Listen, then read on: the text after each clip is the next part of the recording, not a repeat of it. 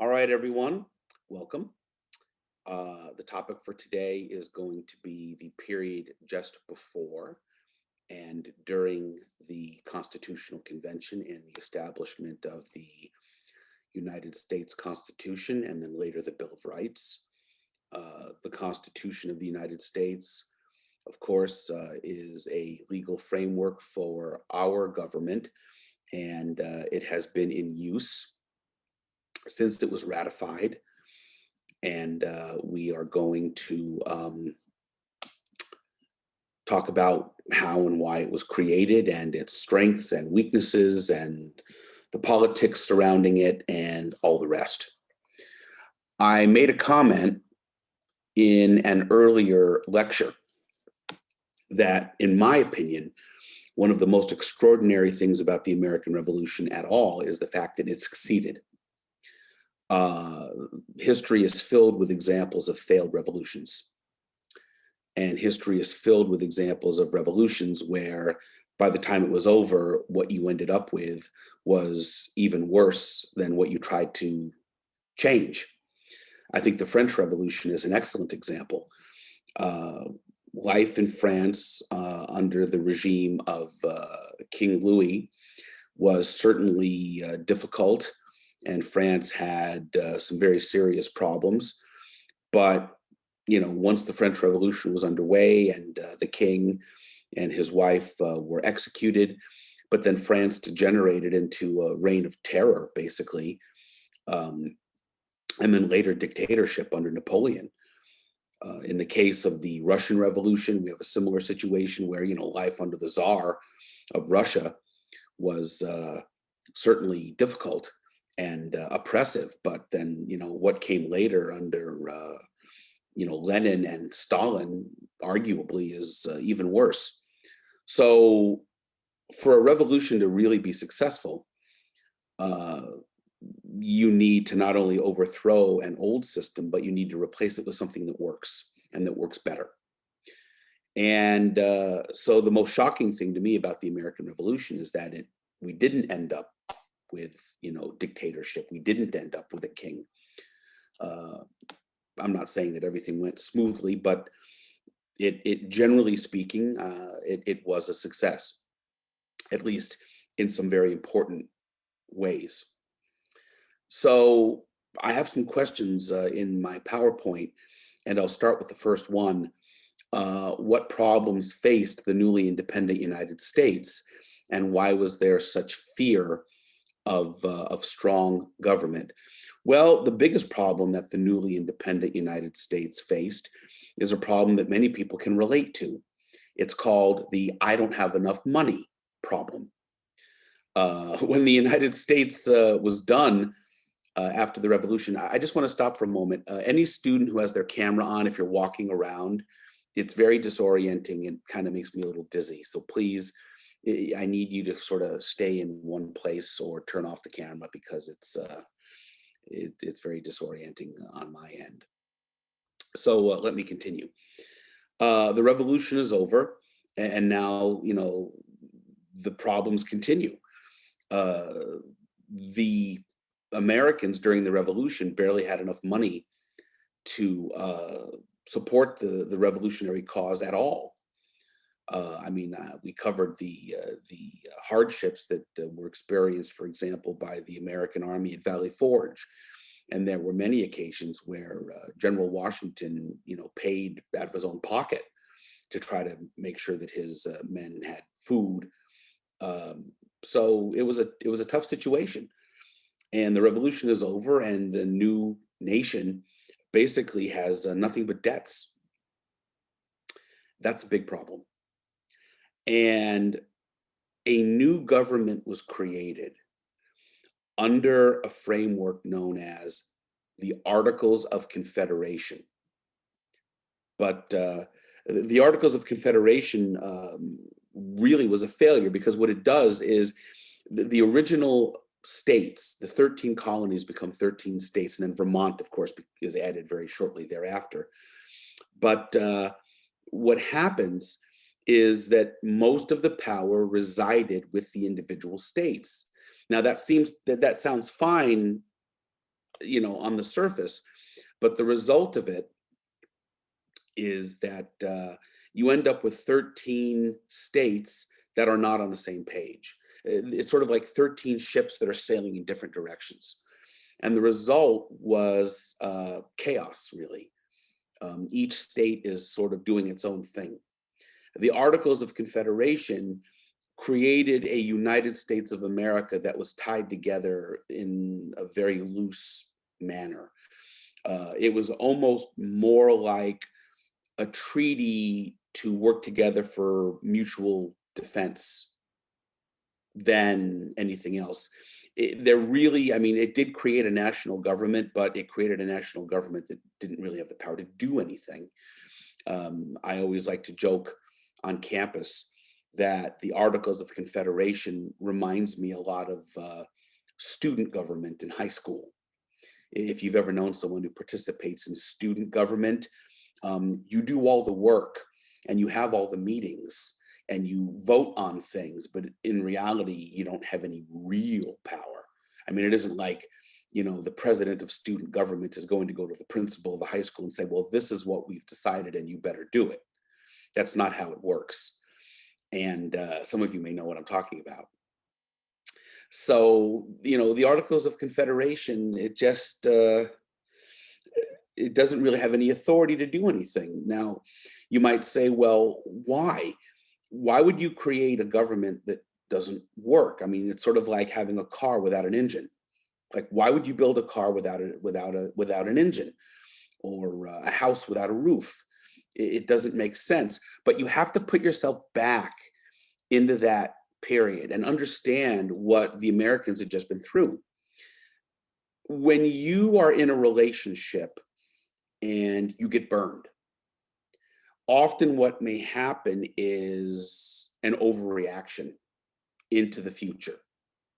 So what happens is there was a real fear of strong government and of what strong government could do. And there was a real fear that existed then, and frankly, that exists even today among some people, that if government has too much power, it poses a risk to personal freedom. That power corrupts, and if government has too much power, it can be used against the interests and the rights of the individual. So we ended up going from one extreme to another, where you had a government, an English government, that was trying to micromanage their American colonies in a very intrusive way. And then the flip side of that is we end up with a government under the Articles of Confederation that doesn't do anything. Hold on a moment. Okay. So this is what we have. And it's understandable. I think that the idea of an effective, efficient government is to find a balance. You want a government that is strong enough and effective enough to meet its needs and carry out its responsibilities, for the public welfare and for public safety and so on. At the same time, you don't want a government that is so powerful that the individual means nothing and they can essentially just do whatever they want to do with you, and your rights don't exist. People were very afraid, and that thinking plays a part in why the Articles of Confederation created a national government that was weak by design. I mean, it doesn't even have a functioning chief executive. There was such fear of strong executive power that the government under the Articles of Confederation did not have an individual who had any executive power in any meaningful way. All it does is basically create a national legislature. But a legislature is a part of what government does. I mean, if you've ever studied government in high school, I mean, you may have heard, there are three branches of American government under the Constitution. There's the legislative branch, the judicial branch, and the executive branch. And, something that a lot of kids learn, the legislative branch makes the law, and the judicial branch interprets the law, and the executive branch is supposed to enforce or carry out the law. Well, I mean, what's the point of creating law without any method or means of enforcement? Doesn't make sense. So it just didn't work. I mean, that's all there is to it. And it created chaos. I've always maintained, and I will say this again, and this is my personal view, so you're free to disagree, but in my opinion, based on having studied history, there are two things that you need. Excuse me. There are two things that you need in order for a nation to be stable. You need to have a stable, functioning economy and a stable, functioning government. Those two things go together. If you lose one, you risk losing the other. So in other words, if you have a bad economy that is unstable for a prolonged period of time, economic instability can lead to political instability, and which is chaos. And if you have a political system that doesn't work, that can result in economic problems. And again, the end result is chaos. So if you look around the world at the nations of the world that tend to be the most stable, generally speaking, you have to have both of these characteristics: functioning government, stable economy. You have to have them in combination. If you lose one, you put the other at risk. That's my analysis of all this. So what happens is we end up with a government under the Articles of Confederation that basically cannot govern. As a result, the result of that is going to be economic instability and chaos, which really put the entire idea of American independence at risk. It really put the whole idea of a newly independent United States at risk. I mean, I don't think people today realize how close we came as a nation to losing it all, to seeing the whole thing just fall apart and fail and collapse upon itself. I mean, the 1780s were not good. The other question I have in my PowerPoint notes, which is what I will cover on Wednesday, is why did the Constitutional Convention take place? Who were the founding fathers, and why has the American Constitution endured?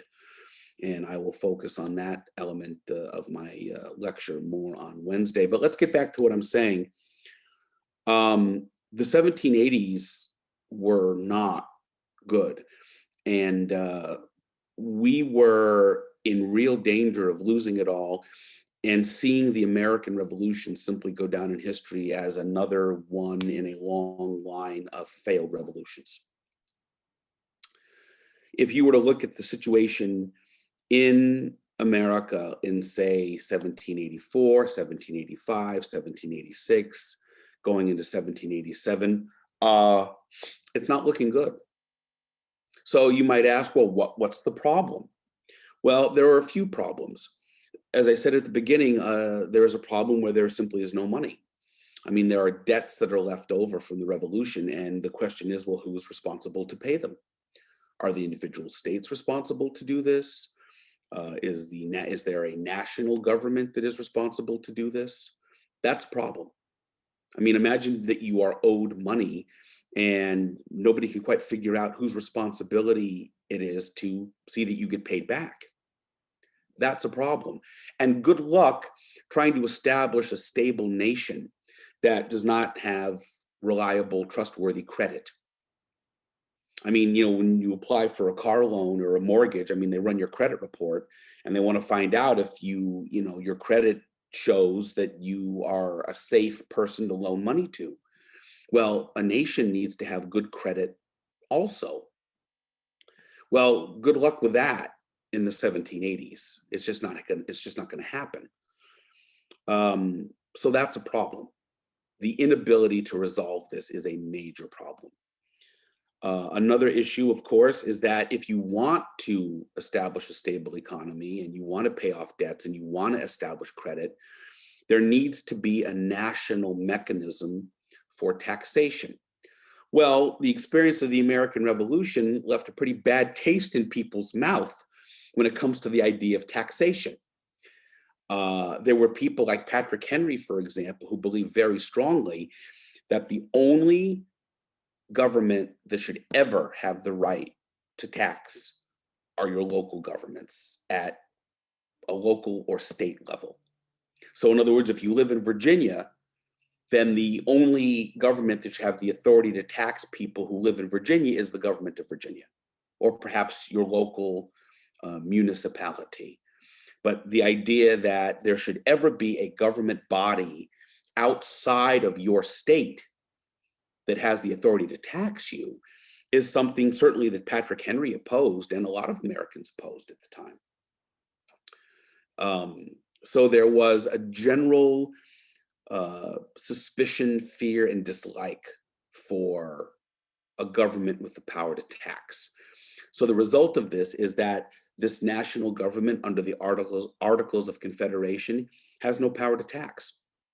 So it has no way of establishing a stable national currency, regulating trade, paying off debt. It simply can't do it. It's like driving a car that runs on gasoline and there's no gas in the tank. It's pointless. So what you end up with is a situation where each of the 13 states is basically doing their own thing. They're printing their own currency. Well, what do you do if you are trying to sell cotton? Let's say that you have a cotton plantation in Virginia and you want to sell cotton to people in Boston, Massachusetts. What happens if, Massachusetts money has a different value than Virginia money? What happens if you can't agree on the value? What happens if you live in New York State and you travel to Maryland and the paper money that you have in your pocket, well, they don't want to take it. They only want money from Maryland. You can imagine the difficulty. I mean, try to do business that way. And even potentially worse, try to do business with a foreign power. We still want to do trade with France. We still want to do trade with England. Well, who's in charge of this exactly? What will the rates, will there be, who establishes tariffs or rates of taxation? Who establishes currency value? What happens if, for example, let's say I'm a merchant from London and I want to buy American goods. I want to buy Southern cotton. I want to buy, manufactured goods or other types of products in the northern colonies. Imagine trying to do business with America, and every time you go to a different state, you have a different set of rules and different currency, and nobody seems to know who's in charge. You ever go to a store and need customer service, and you try to find somebody, and there's nobody in charge, and you're sort of like, well, who's the boss here? Who do I talk to? Who do I go to try to figure this out? And in the case of this newly created United States, there really is nothing. So there's no way to do business. And imagine, for example, that you are personally in debt and you want to pay your bills with money that the people will not take or accept. I mean, imagine, for example, if you went to Starbucks to buy yourself a drink and you took out a $5 bill and they said, well, I'm very sorry, but we don't accept that particular kind of money. Imagine if you went to pay off your credit card or pay off your debt and someone said, well, I'm very sorry, but we don't accept that particular type of payment. What do you do? So you don't have to be a history professor or an economics professor to understand that this is a disaster in the making that threatens to tear down the whole thing. So this was a very, very major problem. One of the big changes between today and the 18th century, excuse me, one of the big changes between today and the 18th century is how we evaluate distance and time and size. Um, you can get in a car and travel 65 miles an hour on a freeway. Um, you can get in a car and, in the same day, you can drive to Los Angeles.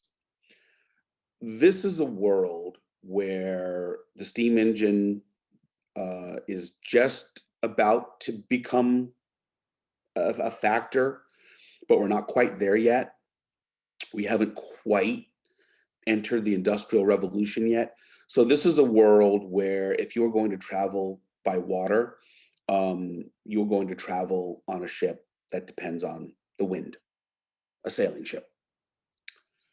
This is a world where if you are going to travel by land, you are going to ride a horse or be in a carriage pulled by a horse or a mule or an oxen. This is a world where when you travel by land, 10 to 15 miles per day is what you're going to get. So there is a fundamental difference between how people back then evaluated distance and time and size. So what that means is that if you are living in the colony of New Hampshire and you want to do business with somebody who lives in the colony of Georgia, they may as well be on the moon. I mean, in your mind, geographically, the idea that they are part of the same nation, uh, you just don't see it. I mean, if you asked someone from Virginia, well, what is the name of your country? They would say, my country is Virginia. Their first answer generally would not be, the United States of America. Your state was your country. And I think it's fair to say that economically, culturally, socially, they're very different. I mean, even today in the United States, I mean, if you travel around, I mean, it's very different. I mean, you spend a week in California and then, spend a week in Tennessee. It's not the it's different. I mean, the weather is different, the culture is different, the accent that people speak with is different. So the idea of a single large United States of America at that time was simply a concept that most people didn't understand and they didn't want. I'll give you an example. I'm going to borrow a little trick from a historian that I really respect by the name of Shelby Foote. He was a Civil War expert. He passed away, but in describing the difference between America before the Civil War and after the Civil War, this is what he said. Before the Civil War, people would have used the word United States are, plural. So, for example, in a sentence, you would say, the United States of America are very nice. After the Civil War, you would say, the United States of America is very nice.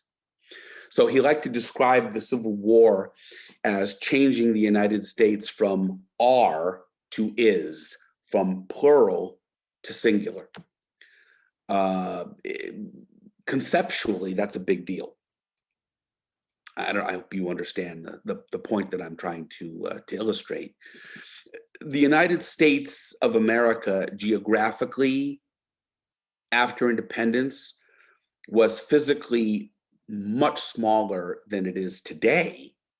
But for the people who lived back then, it would have seemed much bigger.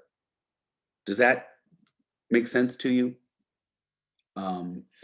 One of the hardest things to do as a history teacher is to try to take people and get them to think the way that people in a different time might think. For you, you're used to traveling in a car at 65 miles an hour.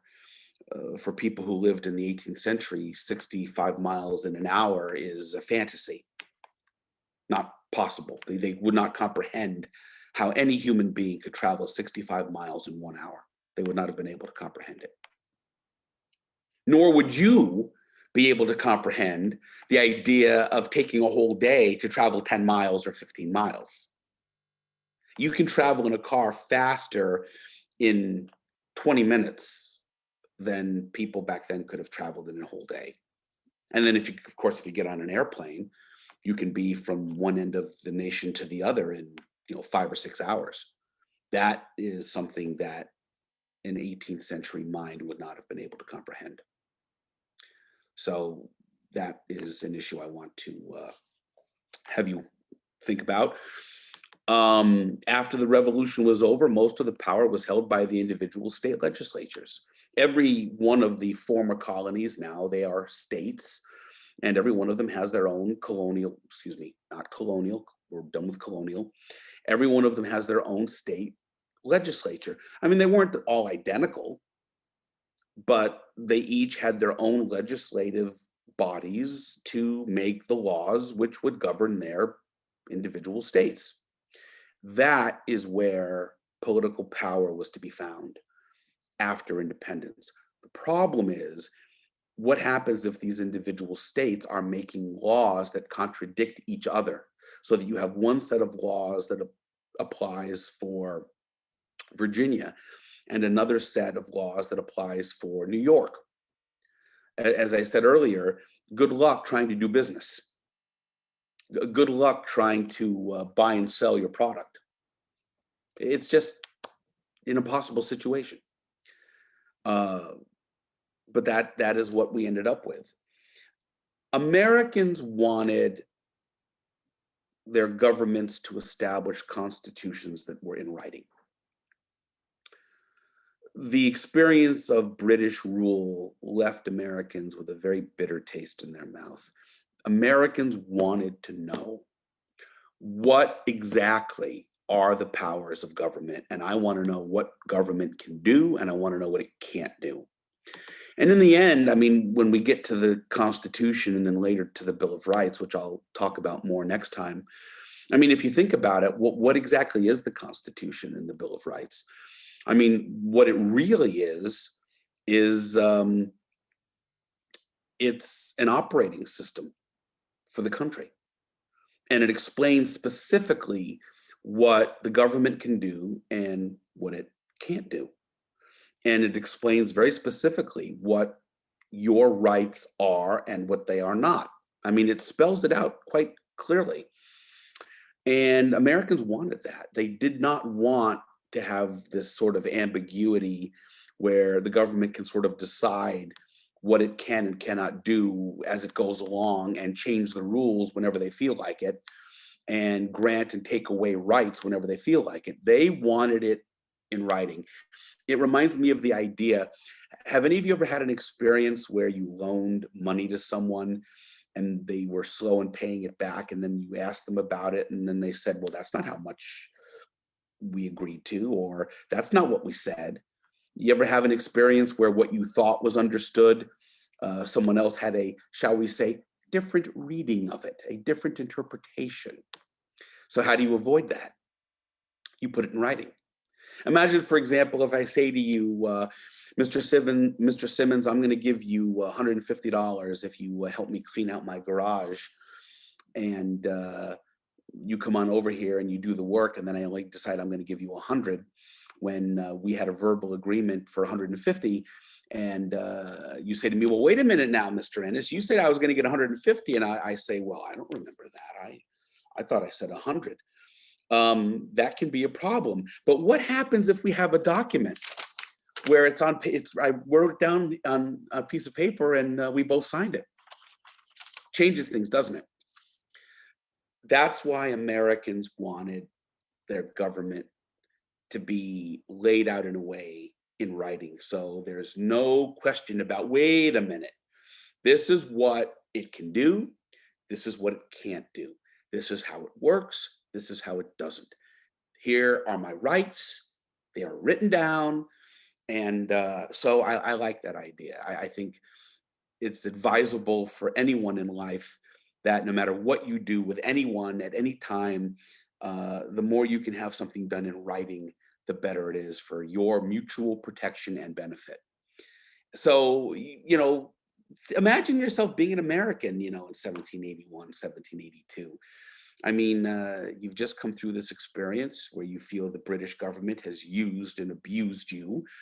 And by God, you want to make sure that that is not going to happen to you again. And you are naturally suspicious of taxation. You are naturally suspicious of government power.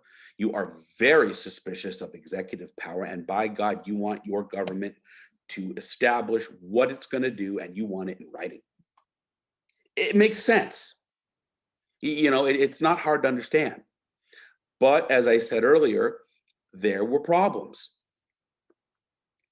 The Articles of Confederation, as I said earlier, I mean, it creates a national legislature, but it can't do anything. I mean, according to the document itself, the national government under the Articles of Confederation allowed this national legislature to declare war, make peace, conduct diplomacy, appoint military personnel, and issue currency.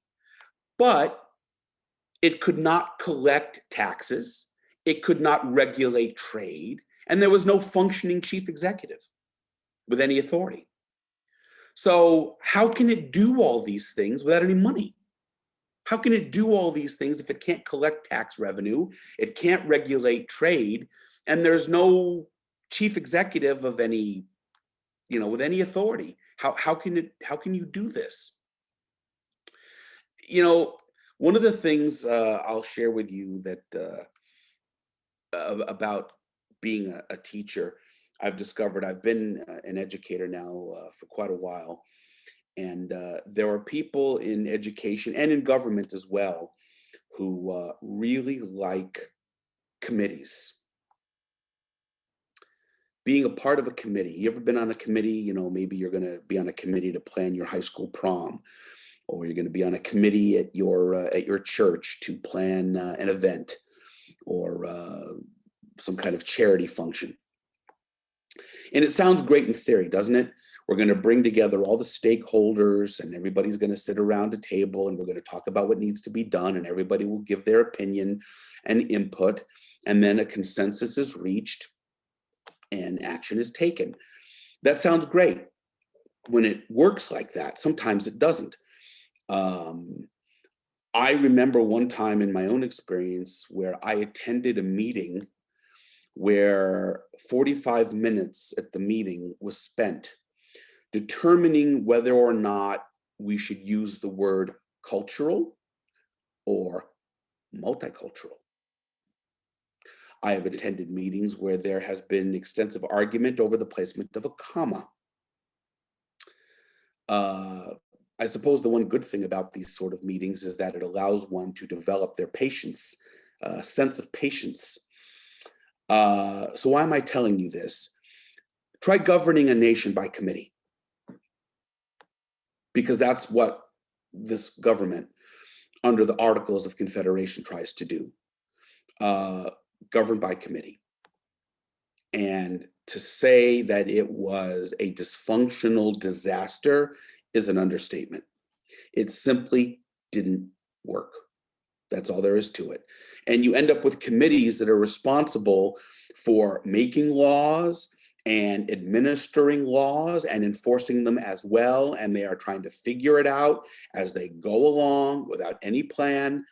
And it's simply, I mean, the Articles of Confederation was almost built to crash and burn from the day it went into effect. I mean, but here's the thing though, you need that. You need that because it allows you to learn. I'll give you an example. If you look at the pyramids, the great pyramids in Egypt, it isn't like those magnificent structures were their first attempt and they nailed it the first time. They built those great structures because generations prior, when they attempted to construct pyramids, they did not get it right, and they did not work, and they did not line up. So the one good thing about the Articles of Confederation is that it allowed Americans to understand what worked, what didn't work, and what needed to be fixed. I'll give you another example. I describe the Constitution of the United States in a way as an operating system for the nation. For those of you, any of you who are into computers, you know that a stable operating system is everything, because without it, your computer does not function. Well, when new software is designed, often software companies will release to the public what is known as the beta version. In other words, it's called a test version. So if I'm a software designer, I release this new software and I want to use it, because only by using it can I find out where the glitches are. Only by using it can I find out what works and what needs to be improved. So in a way, that's how I think of the Articles of Confederation. We needed it because its failure was not wasted, because it allowed people to see what the problems were. It allowed people to see what needed to be fixed and where it needed to be fixed. We would not have the Constitution that we have today, which was written in 1787. It is still in use today, and we simply wouldn't have it had it not been for the Articles of Confederation. We needed to have another attempt based on the failure of the first attempt, but you need the failure of that first attempt to know how to build better. If you build a house that doesn't withstand a storm, if you build a replacement, you're not going to build the same house. You're going to build a new and improved version of it. So that is, that's one thing I'll say about the Articles of Confederation is this: despite its failure, in a way, its failure is sort of necessary. It's sort of like if you play in a football game or a baseball game and you have a bad game because there's a communication problem or somebody makes a mistake, or you try a certain play and you realize this isn't working. Then when you play your next game, you say, we're going to switch it up and we're going to try something else because what we did in the last game didn't work. So failure, as unpleasant as failure is, without failure, how can there be growth? Is my point. In a way, failure is a necessary component for growth. Nobody starts out with perfection and success as a default position. Mistakes are made. The issue is, can those mistakes be learned from? And I would argue that in this case they were. Excuse me. As I said earlier, the concept of a single United States of America simply did not exist in the mind of 18th century Americans. I mean, if you are living in, Massachusetts and someone else is living in South Carolina, the idea that you belong to the same country and that you share a common heritage, you just don't see it. And remember that the only reason that these colonies united in the first place was simply because they had a common enemy, and it was necessary to do so. They were brought together in order to try to win a war. They were not brought together because they had so much in common with each other. South Carolina, life in South Carolina is as different from life in Massachusetts as you can get. And in many ways, that's true today. I think in many ways, America remains a very regional place, and that values and politics and culture is even now is very regional. Heck, even in California. I mean, travel from Southern California to Northern California and it feels different. Excuse me. one of the few things that did work under the Articles of Confederation was the ability to try to maintain sovereignty over territory that had not yet become new states. When the United States gained independence in the Treaty of Paris, the United States basically was going to be in control of land up to the Mississippi River. In other words, in the beginning, basically the Mississippi River is America's western border. But most of that land was not populated by large numbers of Americans. I mean, obviously there are going to be indigenous people there, Native Americans, but in terms of white Americans populating the interior of the continent, to what today would be modern day St. Louis or modern day Kansas, Kansas City, the interior is still pretty sparsely populated. So the danger is, what if these new American states decide that they're going to fight it out for control over that territory? That could have happened. I mean, what happens if you end up with a situation where, there is territory and Pennsylvania says, well, this belongs to us. And Maryland says, oh, no, it doesn't. It's ours. And we end up with states literally fighting each other. And it isn't like that never happened before. I mean, there's a reason, for example, why the state of Michigan has, if you look at the southern border of Michigan, it's not a straight line. Because Michigan and Ohio wanted to fight it out over control of Toledo, which is on the Great Lakes. And if you look at the borders are weird. If you look at the border between Michigan and Wisconsin, why does Michigan have this peninsula? It naturally, it looks like it should be part of Wisconsin, but it's not. So, I mean, there have been conflicts where, different states have argued over territory. What I would say is that it could have been much, much worse than it was. Fortunately, we were spared that. We could have very easily ended up with a free-for-all where, every state is out to just get as much territory as they can grab and fight it out. And it could have been ugly. And fortunately, that didn't happen. Under the Articles of Confederation, there is something called the Northwest Ordinance, which is going to give authority to Congress to maintain control over unsettled territory. And the way it worked is people would move in to what was largely territory that was sparsely populated by Americans. And when enough people moved in where they were in a position to set up a legislature of their own, they would do so. And at that point, they could then apply for admission as a new state. I mean, we started with 13, now we have 50. Well, how? Well, just like, applying for admission to a school, you apply for admission as a state, and Congress is going to have the final say on what those borders are going to be, although the states are certainly going to want to get what they want.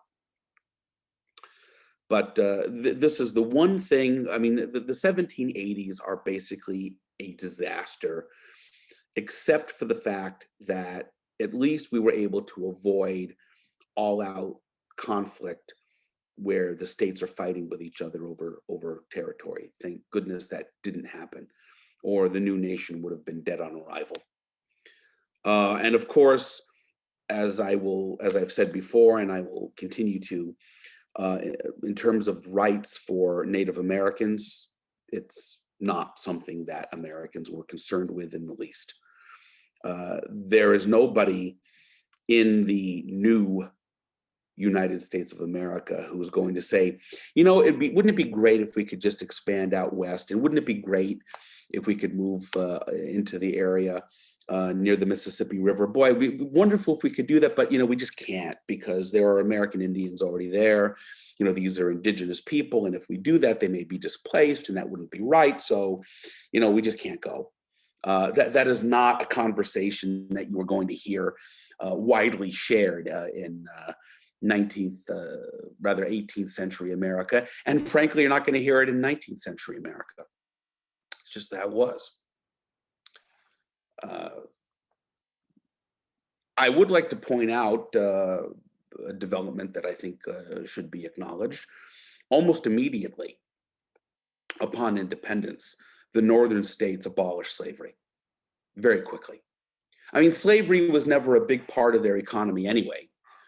And there's a big debate in this country about the history and legacy of slavery and the role of slavery throughout American history. It isn't like there were people, I mean, there were people then who had a problem with slavery and who questioned it. It isn't like, at that time, everybody simply thought slavery was okay. That isn't the case.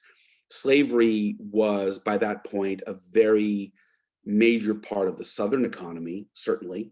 And the idea that slavery was going to be abolished in the South was, for people living in the South, is just a non-starter. It's not going to happen. But in the North, almost immediately, they make it very clear that they don't want it. And they abolish slavery in the northern states, which is a good thing. But you also have to realize that from the beginning, now we've got a problem. Because what you have is a situation almost from the start where half the country says slavery is okay and half the country says it isn't. And I think we all know what that's going to lead to. So, the nation from its founding is going to have a very big problem over this issue.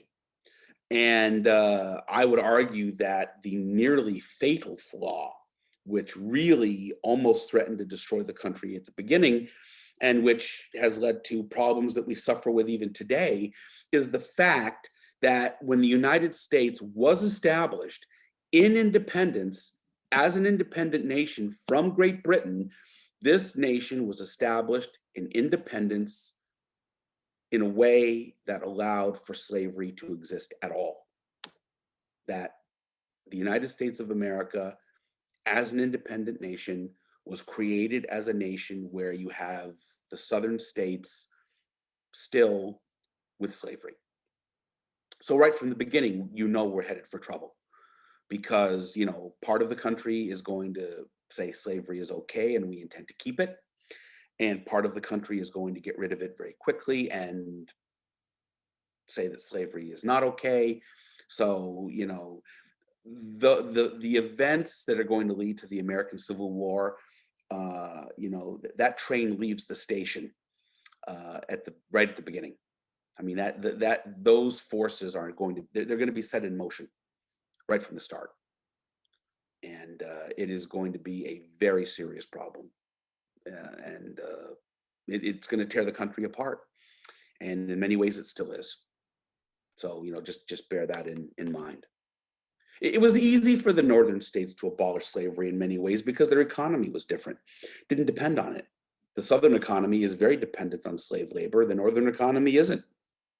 So it wasn't, and there were not large numbers of slaves in the North anyway.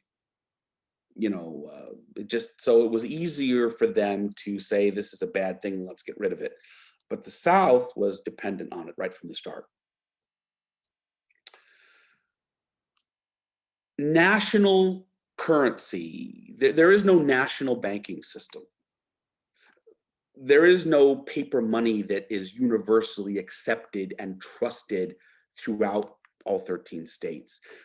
Doing business is impossible, and it's impossible for people to pay back their debts. I mean, just imagine what it's like if you fought in the Revolution and you come back and you want to get your life moving forward again, and you want to, go back to your farm, and all you have are debts, and the money that you have to try to pay them is no good, or you can't pay your debts at all. And meanwhile, the bank or institution or people who, own the mortgage on your property are saying, well, we're going to take it from you. We're going to foreclose. So a lot of people were very angry and they thought, well, is this what we fought for? Did I risk my life and fight for independence against England only to lose everything I've worked for because our economy is a mess and I can't pay my bills? So we get into 1786 and we go into 1787 and there is a crisis. All these problems that I have described, they are now coming to a boiling point. There is a farmer in Western Massachusetts who is a Revolutionary War hero by the name of Daniel Shays. And he, along with people just like him, can't pay their bills. The economy is a mess.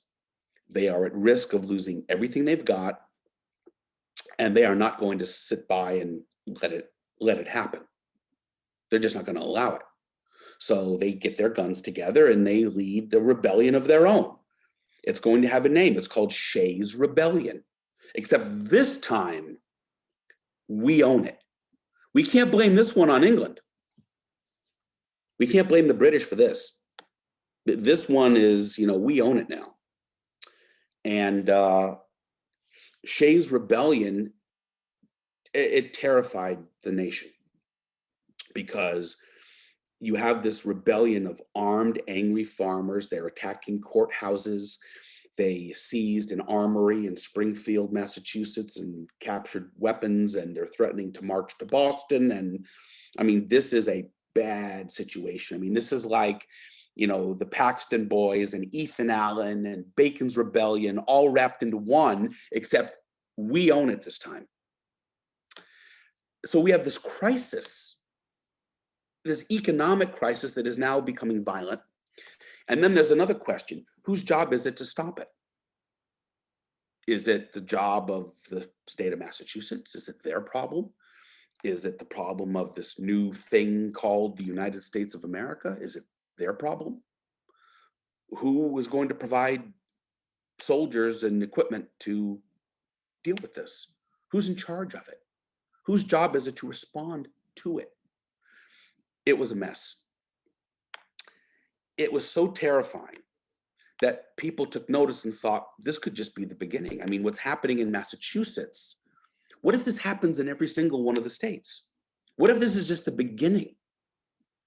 What if this is a fire that is going to start and spread to all 13 states? Because the problems that led to it were not unique to Massachusetts, they were colony-wide. So Shays Rebellion is the incident that triggered the need for the Constitutional Convention. It is not an accident that here's the timeline. You have the Articles of Confederation, it doesn't work. You have economic instability in the country. You have Shays Rebellion, scares everybody. And right after that, there is the Constitutional Convention. Because people who were, smart enough to see what was going on, they to use an old phrase, they read the writing on the wall. They saw what's coming.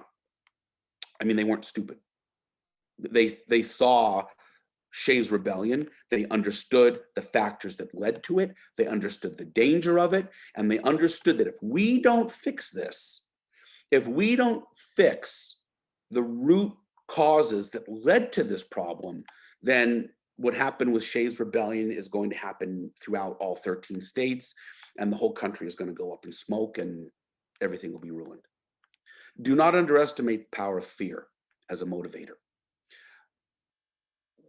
The fear caused by Shays Rebellion shook people out of their complacency and made them realize, if we don't do something and do something now, we are in real trouble.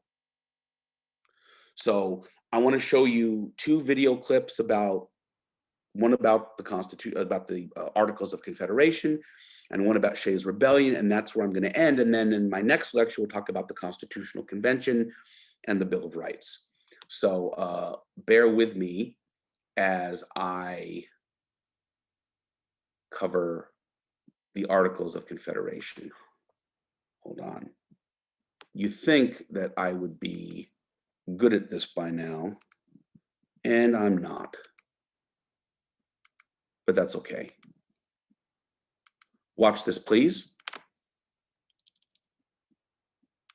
The state governments loved the Articles of Confederation because the Articles of Confederation created a government that had very few powers. A lot of times students come to the conclusion that the Articles of Confederation are weak, but in fact what they were restrictive, and they fit perfectly the goals of the American Revolution. The goal of the Revolution was for local elected legislatures to govern the people. People didn't think of themselves as Americans or citizens of the United States. They thought of themselves as Virginians, Marylanders, Connecticut men and women, Massachusetts people. And they were really fighting a war when they said no taxation without representation. They were fighting a war so that their elected officials in their governments could govern them. So when they create the first national government, they create a government that comes out of their revolutionary goals, which is no tyrant. We just fought against King George, who we've called a tyrant. So how do you make sure that doesn't happen? You have no executive branch in the national government. Most powers preserved for the states. Don't let a distant government, and in the 18th century, if the government was located in New York, that was 1,000,000 miles away from Georgia or South Carolina because there were no planes or telephones or Amtrak or anything that would make it possible to get there quickly. You probably could get to England by ocean faster than you could get from Georgia to New York or to Philadelphia by horseback. And so no distant government with strong powers. Local government with strong powers, very much state power. And so the Articles of Confederation are by choice, that is, by the choice of the revolutionaries, very limited. They don't have the power to tax, which colonists and early Americans thought was the most powerful right a government had. They don't have the power really to create an army. They don't have the power to regulate commerce or to coin money, make a uniform currency. All of this was going to be power that the state governments had. And so, in effect, the Articles of Confederation meet the goals of the Revolution. The problem is that when the Revolution's over and you're governing a new nation, the Articles of Confederation turn out to be grossly inadequate to actually be a national government. And there are revolutionaries who realize this pretty quickly. There are men like Hamilton, Madison, Washington who say, wait a minute, those were really good goals for the war, but the United States is not going to survive with such a, they didn't call it a weak government, they called it an unvigorous government, without an energetic government. And so you have to think about the Articles of Confederation as in some ways the result of revolutionary fervor. And then after the revolution is over and you see what's needed to keep a country going, a nation going, this growing sense that you need a stronger national government.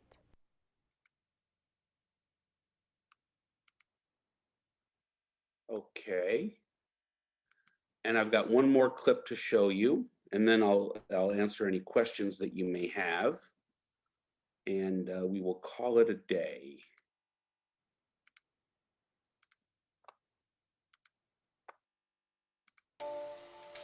The Revolutionary War left American states in debt. To raise money, legislators raised taxes. This angered poor farmers and war veterans to the point where they formed a rebellion and almost caused a civil war in Massachusetts.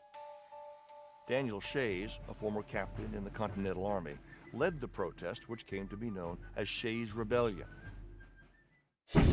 In the summer of 1786, several thousand of Shays' followers prevented tax collection and used force to keep debtors out of prison.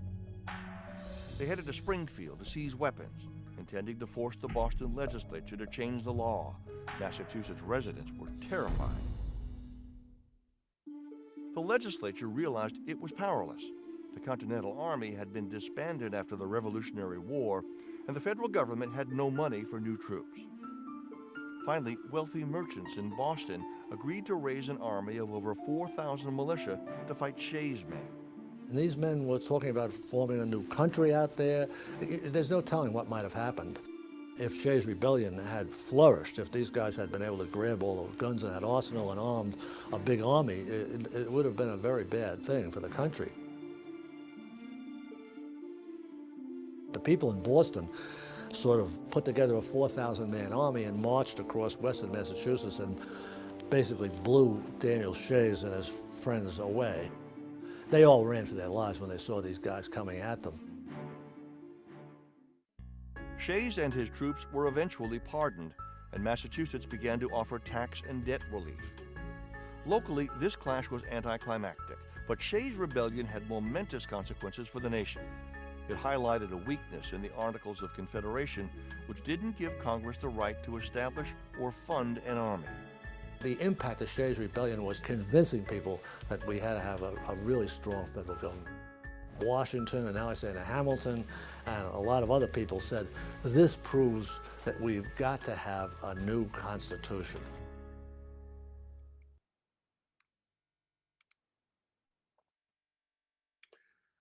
Okay, so that's about it for today.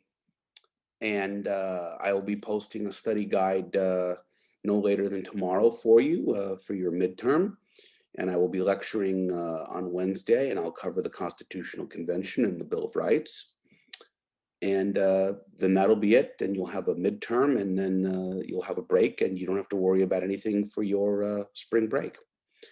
So what I'd like to do now is, if anyone has any questions or comments, now is a good time. And if not, then you are free to go. Katerina, go ahead if you have a question. So in simple terms, Shays' rebellion showed them, what was it they were trying to do? Okay. Kind of confused in how simple What terms. happens is Daniel Shays, and who's a farmer, and others like him are unable to pay their debts. They feel that they are being overtaxed by the new state of Massachusetts. They basically feel that they are unable to make a living, and that they are at risk of losing their homes and property. So Daniel Shays, who was a Revolutionary War hero, organizes a militia, and they are going to use force to try and intimidate the Massachusetts legislature to change their policies. This was terrifying. And once that threat developed, then the question is, well, whose responsibility is it to respond to it? And that wasn't clear. In the end, Shays' rebellion was stopped. But I think of Shays' rebellion as a national wake-up call. Because if you look at what happened, why it happened, and how it played out, what Shays' rebellion does is it sends a message to every state in the new country that this could happen to you. We need an economy that works, and we need a national government that functions and that can respond to problems. And that is, in the end, really the most significant thing about Shays' rebellion. Okay, so the main thing that happened was because of taxes. Taxes and an inability to pay debt, and an economy that was not functioning. Okay, so it was the economy basically that led to his rebellion. It's a combination of an economy that is not functioning, farmers unable to make a living,